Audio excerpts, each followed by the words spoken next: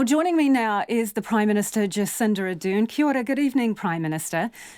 Kia ora. Kia ora. There has been talk from the Deputy Prime Minister about potential mercy flights to get some people home from New Zealand. I mean, how far along is planning? How likely is that? Well, actually, at the moment, what we still have, obviously, as you will have seen today, Air New Zealand still operating, and we have worked to secure and protect and preserve those services from Air New Zealand. As you will have heard, without the intervention we made today of a loan facility to the airline, there was a risk that we would have lost that connectivity. As part of that agreement, it means that we will be able to keep essential flights going, including ensuring Kiwis can return home. So you may not need the Defence Force to intervene? Yes. So MFAT at the moment is working through where those needs are for New Zealanders and what services are still being provided. So that's what we're working through at the moment. We, of course, are aware that with many border closures now coming into play, not least, of course, ours, that's changing the frequency of flights and the availability of flights. So MFAT are working actively on that now. Given what we know about the connection between the infections we have here in New Zealand and overseas travel, we've potentially got, thousands of people rushing home. Should those people go into isolation centres like whangaparoa rather than private homes? Ultimately, keeping in mind, whangaparoa was for less than 200 people. You are right. Human behaviour means that New Zealanders who are abroad, many of which who will have been on holiday, travelling abroad and are looking out at what's happening around the world and realising that their ability to travel home is going to be seriously curtailed, are cutting short their trips and coming home. And you can absolutely understand that. Of course, we have an obligation to let New Zealanders come home. Every country is letting their people return, but we are putting in place, you may have seen some of the reports now of what is happening at the border. I've seen people talking about their experience now at the border, being constantly questioned about where they're self-isolating. In New Zealand, keeping people separate when they're returning home as they get to their final destination so they can then self-isolate in their homes. It is at a scale where that is the most practical response.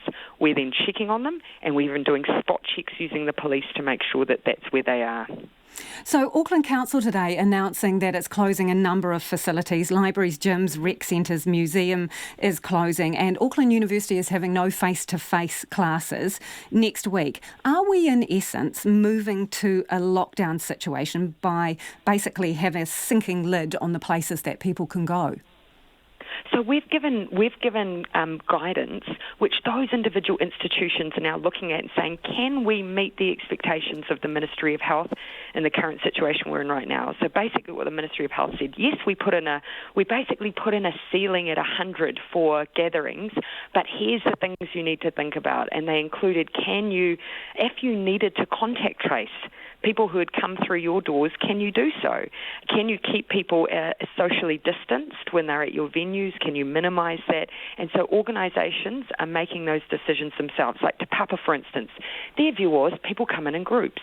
They go and engage in interactive displays.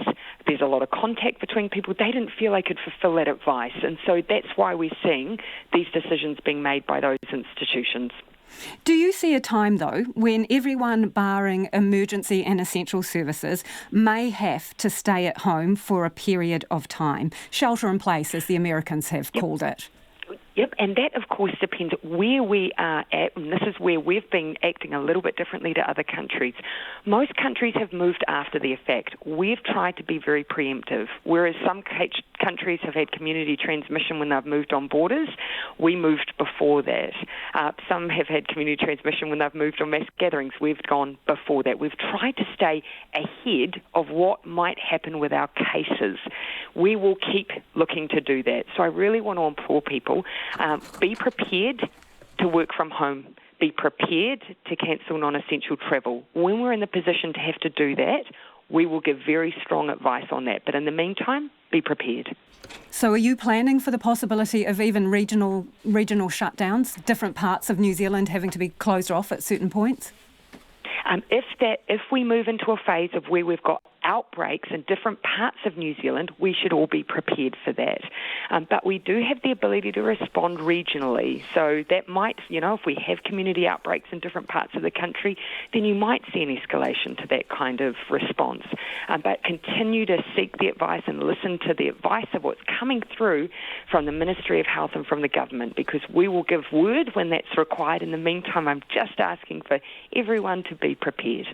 So, just to be clear, Prime Minister, is there any evidence or suspicion that we have community transmission yet? So we haven't. You would have been hearing from Dr. Ashley Bloomfield. That's what we assess every time we get our caseload. They're currently going through what I believe is the last 24 hours worth of caseload, but till now we haven't. But we constantly, even before then, we've been moving ahead of the curve. It's something that New Zealand's been in the position to do so, and not every country has. We want to keep doing that. That's how, when we get spikes, we can try and curtail them as quickly as we can so they just become small waves rather than big waves. So it might mean we have to step up our activity, and then once we see those waves come down, we can loosen up again. So that's the framework we need to work to. Does mean we'll be doing it for a while though, Lisa.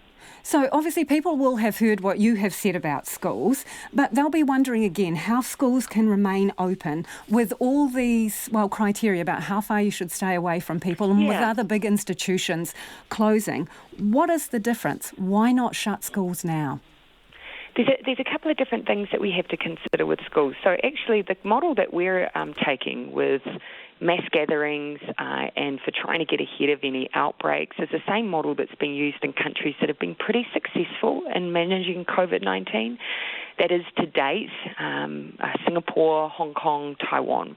And what they've done with schools is where they've had a case connected to a school, then they shut down, which is what we did. So in Dunedin, when we had a case connected, we shut the school down. We did that for, 72 hours, and there's two reasons for that. That gives you enough time to contact trace, which is what we do with every case. We contact everyone that's been in close contact with that person, gives us time to clean the schools. We know COVID doesn't exist on surfaces after 72 hours. So even if you don't get a thorough clean, we know then it's a safe space. And then we open back up again. What we'll do is, of course, if we have community outbreak, then we'll treat schools differently. And we've sent that guidance out to schools so they can see the different levels and how we'll behave at those different levels with schools. Are you actively Prime Minister, are you actively giving consideration to bringing forward school holidays or making them longer? Well, at the moment, what we've wanted to do is stick to that framework. If we get a case, close it down, then reopen. If we have community outbreak, look at wider closures. The thing we have to keep in mind, Lisa, is that we may well, in fact, all of the evidence suggests we'll be dealing with COVID for some time. And so I know people are looking for us to give that clear guidance, and we are, but we have to remember that urgency that people are saying that they want every single school to shut before we have that community transmission. We have to think about the fact that we'll be managing COVID around the world, but potentially months. So we have to think in that frame of mind and how we can sustain our response through that whole period of time. One final point to remember about schools and, of course, children. Thankfully, COVID-19 doesn't have the same effect on children as others. In that sense, it isn't affecting children as badly as others. That doesn't mean, of course, we don't think about them as transmitters to others, but we have to think then about their ability to transmit to other people in their family. If they end up in school holidays with grandparents, we have to think about things like that too. I know we're almost out of time, so if I could get a couple of quick answers on the next things. Do you think realistically it's game over for the Olympics? Oh, to be honest, I've been so focused on our response, it's not something I've given much thought. But based on the current trajectory, it means surely to everyone it probably seems unlikely. Election date, do you reckon it will go ahead on the planned date, or there's possibility it will be moved? No intention of changing that at this point. Hey, and what happens if you get a cold? Oh, well, I will do the same thing I'm asking all New Zealanders to do. I'll restrict my contact with other people. We're saying to people, if you're sick, stay home. I'm setting up provisions so that I can work from anywhere, and that's a really important part for me of making sure that we've got good continuity plans, but it'll be pretty hard to keep me wherever I am from doing my job. Thank you so much for joining us, because I know you are incredibly busy. That is the Prime Minister, Jacinda Ardern.